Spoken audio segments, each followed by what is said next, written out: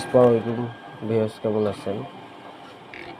কন্ট্রোলারের মসফেটগুলো change করলাম। এই গ্রুপটা দুইটা মসফেট খারাপ হয়েছিল, দেখেন মোটরটা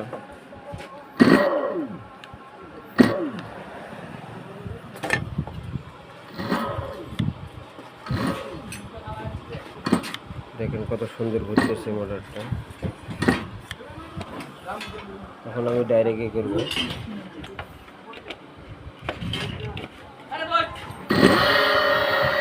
ডাইরেক্ট করলাম, ইনশাল্লাহ আমার মোটরটা ভালো চলতেছে।